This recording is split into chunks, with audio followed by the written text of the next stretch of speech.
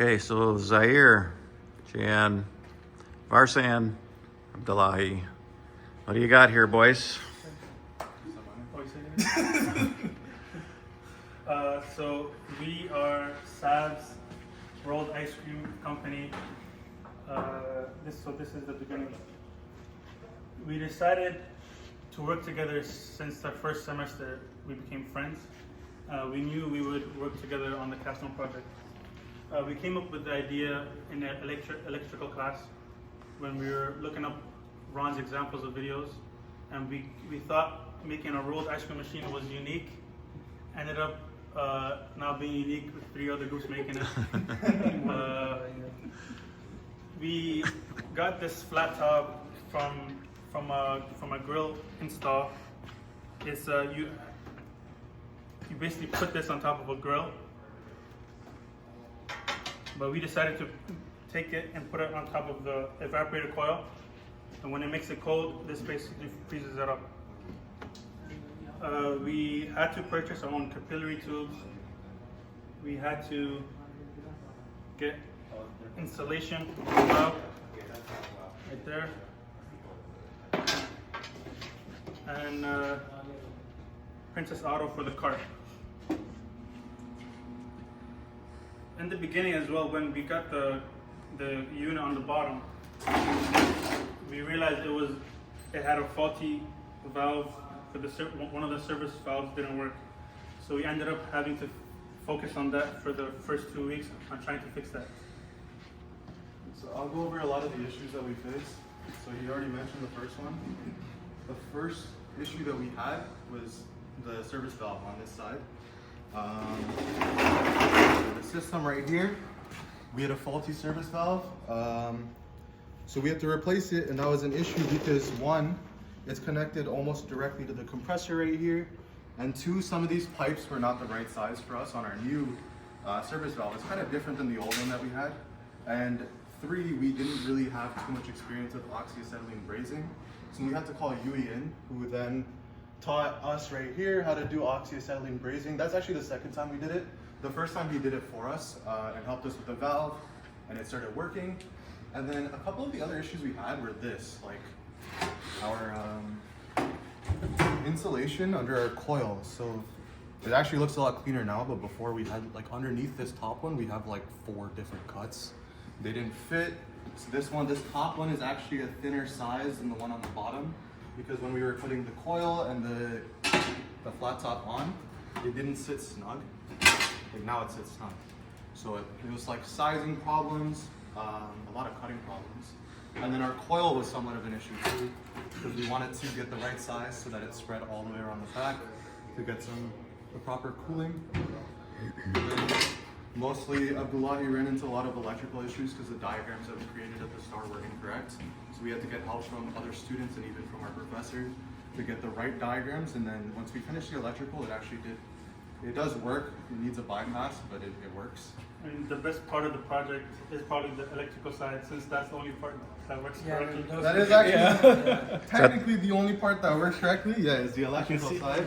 We can show you. We have our switch. It does turn on. We have a whole temperature control, but it's usually only used as a display. We have our low pressure, high pressure control. You can plug it in here. And we can even show you, like, yeah, for sure. Still cord. Get the scooter. Boom. No. There you go. Is it on? No, hold on. Let me flip it on. Please don't get the screwdriver. Nope, no power. Oh, there's no pressure in it, is Yeah, there? there's no pressure. No so pressure power. in it. I think so, Ron. But we learned that if you touch a screwdriver on one There you of the go. sides, There you go, Ron. there you go. We have a little bit of power there now. The electrical works. Everything. So the electrical runs clearly, but the compressor and the rest of the system, there's a couple blockages there. So that's actually the last issue that we ran into. But going a little bit further back, we actually have pipe sizing issues. Like specifically the part for the compressor took us almost like 2 weeks, because these pipe sizings that go straight into the compressor, we had like pipes that were stuck so deep into the pipe that comes straight out of the compressor that we had to like put oxyacetylene, pull out the piece. We have a video of that too. We pulled out the piece and then attached all the rest of the copper working around each other to make sure that nothing like, you know, like hits each other or stops. Like even here we had an issue, we can't even attach our nitrogen properly. But yeah, there's a lot of setbacks from day one and until the ending of today. We faced mostly all setbacks: insulation, piping, wiring, even our cooling and like nitrogen testing, leak testing. We had so many leaks, but we fixed all of them. But Zaire will talk about how we fixed most of the problems. Yeah.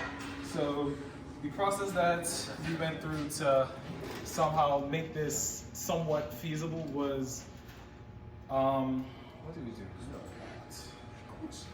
So as Cheyenne said,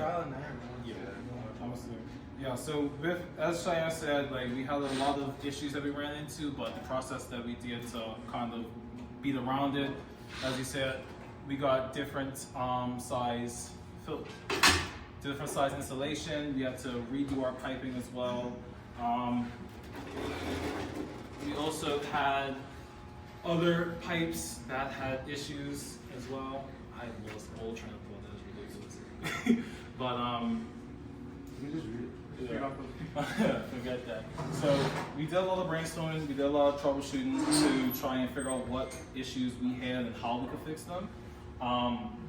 We ended up just trying to work as a group as best as we could to hope and pray that we could make it work.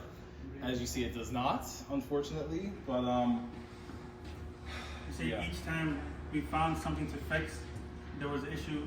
new issue came Right up. out. Okay, one of the things that we ran into was that when we did oxyacetylene brazing our first time, we burned through this specific pipe right here, the link. So one of the things in our process that Zaire did with me was fixing that. We had to clean up the pipe, replace certain parts, and make sure that there was like, one, that there's enough solder so that there's not a leak there anymore, but two, that there's the right amount of copper, that there's no like literal hole through the copper. We had to replace it and fix it. Not too much solder where it blocks the actual. Exactly, we didn't want too much solder. The process was a lot of just troubleshooting specifically and working mentally, because every time we fixed one thing, we ran into another issue, and that was kind of a mental block for our group, but it seemed to start working afterwards. I actually do want to talk about how we imagined it would work.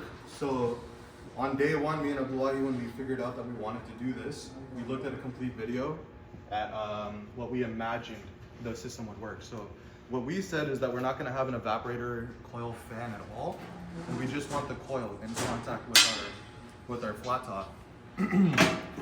Now, the problem that we ran into was what we mentioned earlier with the insulation, and we fixed it. We got the right amount of insulation. Our copper coil sits right against our flat top. What we imagined is when it ran and we had the right amount of refrigerant, the right amount of temperature, this would get cold. We would put like our milk and our cookies and whatever else, chop it up, and do rolled ice cream. We were even working on a draining system here, but we blocked it off because it didn't seem like it would be feasible for us. And then the rest was that we were initially trying to use R134A, but that didn't seem to be the right amount of, it didn't have the right subcooling temperature for us, so we ended up going with R404. It also was the only compressor that was available to us, so that ended up working out in our favor. Our desired temperature was between negative 18 degrees and negative 22 degrees, but with the refrigerant that we had, it ended up going higher. No, negative 18 Celsius, I think, is what we wanted. Negative 18 Celsius and negative 21 Celsius. But it ended up going up towards negative 30 in our measurements because of our refrigerant, and that would be an easier number for us to hit. But mostly our imagination was that once the system was running and we can get cold piping in our evaporator coil, this would cool up. We can do our project easily. And then the sensor would also Yeah. read. It would tell us the number for how cold it is, and it would be an easy drain system because we can lift it up, drain it, and put it right back on. Wash it, clean it. How about your question? Dual pressure. Yeah, dual pressure switch. What about it? You want to talk about it? It's a safety control. Safety control. We also took lessons from all the courses we had since day one of this course. HRAC 101, especially for the safety. So if anything went wrong, the system would just shut off if the pressure got too high. Yeah, we actually that's something we talked to Ali about. So there's a He's another freeze professor. You said that to make sure not to go too far cold or too far hot, you could do low pressure, high pressure control, and then it'll automatically shut off and turn on depending on what the pressure is.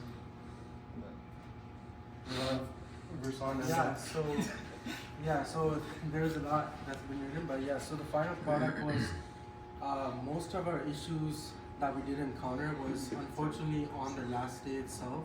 So again, when it came to trial and error, I think if we did have some time to kind of run through ahead of time or like a couple classes prior, we would kind of dial down to see where the final block was. And with the help of the Professor Ron, he kind of pointed out that the most of the cooling was everywhere else except the filter dryer.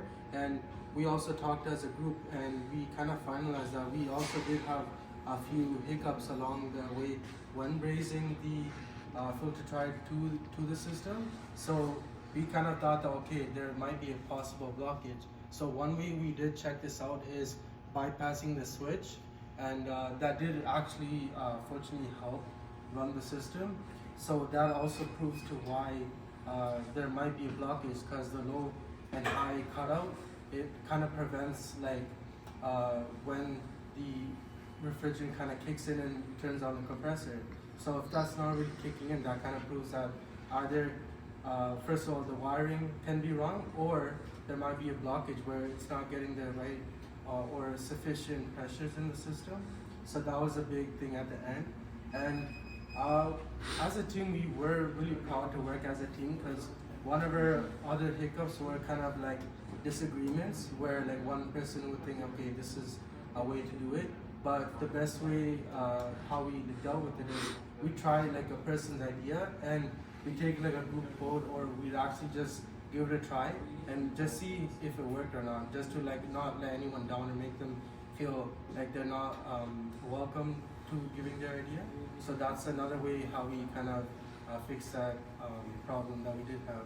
But I think if we do have another chance to redo this project, I'm pretty sure we would be able to, like, first of all, save a lot of time, money, and effort into doing it, because we know all the problems that went with doing this the first time. And realistically, if we do have another day or like another project day to do this, we would be able to actually fix the issue that we do think what it is. But yeah, everything else seems pretty fine, and like other than that, we did have a really good time doing the project, and we did learn a lot, like whether it's stuff we already learned when it came from like brazing or even the recovering refrigerant. That is stuff that we did learn from the beginning of this journey of the like college. But it's a nice thing to do, retouching everything through this project. So it's a lot of things we kind of relearned doing the project again. But yeah, is there anything else? I mean, actually, one only thing that we can add on is that if we did have that extra week, we would, for testing purposes, we would probably just remove the filter dryer and try to re-raise Because the we capillary can tube. bypass it just to kind of run it just for the time being. If we wanted it to just work, exactly. Yeah. Like, maybe not a perfect product, but we would bypass it after we fix the capillary tube and see if that is the actual blockage. And if it's not, then we would understand that what we deduced was wrong, but at least it's another attempt at seeing whether. Because yeah, again, like there's a lot of people or like groups that didn't really use a high-low switch. We kind of just want to do it just, I guess, for the extra marks, but in a sense where we can test our like electronic abilities of wiring for diagrams, and also seeing how a high-low switch can cut in and out to prevent a system from like freezing over or boiling. But yeah. It's unfortunate that it doesn't work, but we were proud of the journey. Yeah. Good stuff. Thank you. That's for listening. Good job.